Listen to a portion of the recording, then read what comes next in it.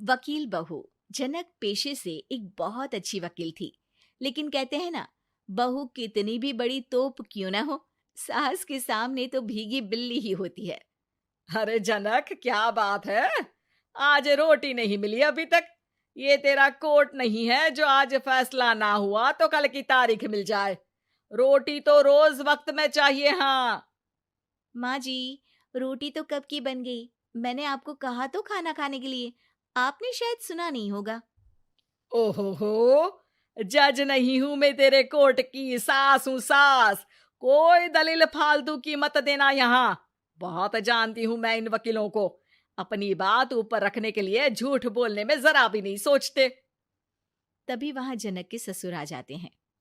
अरे भाग्यवान, क्यों बेचारी के काम को कोसती रहती है हमेशा। मैं भी तो था वहां जब ये आई थी तुझे रोटी खाने को बुलाने के लिए। सास को तो अब गुस्सा आ जाता है कि कैसे किसी ने बहू की साइड ले ली। अरे वाह जी वाह, वो तो मैं जानती थी कि कोई ना कोई गवाह तो ये पेश कर ही देगी। पर मैं तो अब सीधा खाना खाकर सोने जाऊंगी। मुझे आदत नहीं है किसी से बहसा बहसी करने की। पता नहीं कैसे ये वकील इतना दिमाग लगाकर खुद तो झूठ बोलते ही हैं, साथ में झूठे गवाह भी ले आते हैं।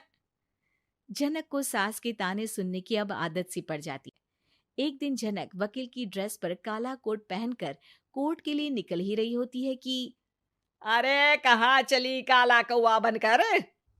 टोक दिया ना। अब कोर्ट तो वकील वाली ड्रेस पहनकर ही जाऊंगी ना। वाह भाई वाह, दामिनी तो मैंने भी देखी है। सन्नी पाजी ने ऐसा ही कोट पहना था और कहा था कि तारीख पर तारीख, तारीख पर तारीख। मतलब कि कोई बात करनी है तो बोलिए, वरना वक्त नहीं है मेरे पास खराब करने के लिए। अरे पता नहीं तुझ में क्या देखा मेरे बेटे ने, सारा दिन वकीलों वाली बहस करती है, भोली भाली सास के साथ। अच्छा सुन, जो इतनी बहस मेरे आगे करती है ना, जरा अपने बॉस से कर ले, जो 1 साल भी ना हुए तेरी शादी को और काले कपड़े पहना दिए। अंदर जा और लाल कोट पहन कर आ, पता तो चले कि नई नवेली शादी हुई है। अरे माँ जी, कोर्ट में मेरा बॉस क्या करेगा? ये तो पूरे देश की ड्रेस है वकीलों के लिए। लेकिन सास तो ठहरी सास। अच्छा, तो कोई जरूरत नहीं है 2-4 साल कोर्ट जाने की।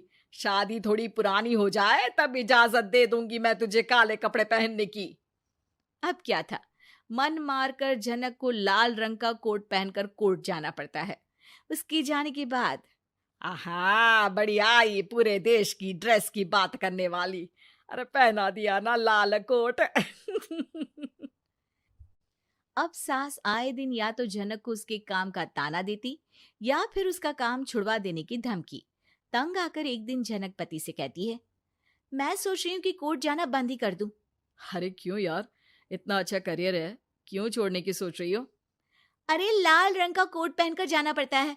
हर बात पर सास ताना देती है कि वकील तेज होते हैं, सवाल जवाब करते हैं, झूठी दलीलें देते हैं। अरे तो ठीक है ना, वो जो कहती है अपनी समझ से कहती है, लेकिन तुमको तो पता है ना कि सच्चाई क्या है। जनक को पति की बात से हौसला मिलता है कि तभी घर पर कुछ लोग आ जाते हैं। अरे आइए आइए पंच साहब, कैसे आना हुआ?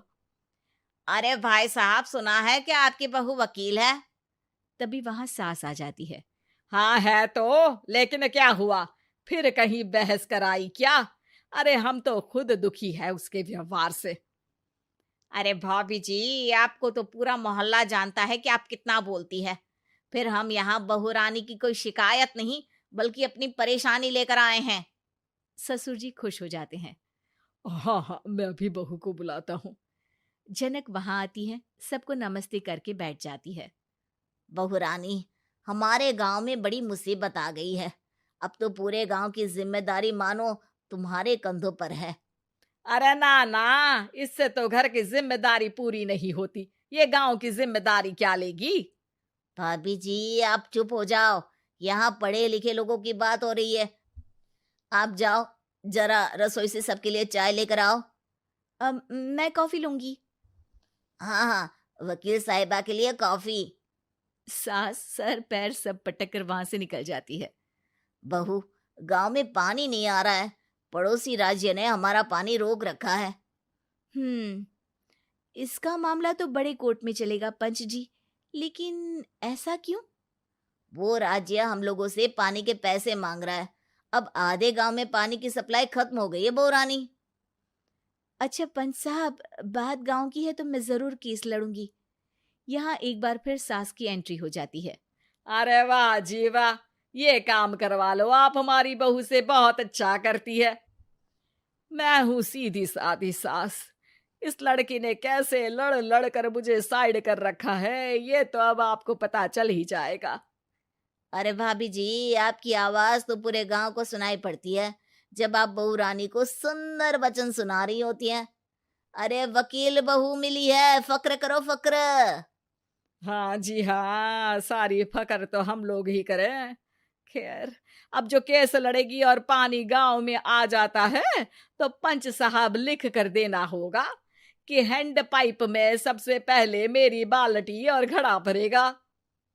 अरे फिर तो हम बहू रानी के नाम पर घर पर ही सप्लाई दे देंगे, लेकिन ये इतना आसान नहीं है। बहू, गांव के पास अभी वकील करने की भी पैसे नहीं है तो।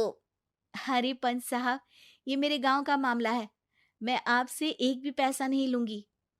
सास को बहू की बात पर गुस्सा आ जाता है, लेकिन सबके जाने के बाद झनक मन लगाकर गांव की परेशानियों को दूर करने में लग जाती है। और वो दिन भी आता है कि झनक केस जीत जाती है। अरे आज तो प्लम्बर आकर घर तक पाइप लगा गया है।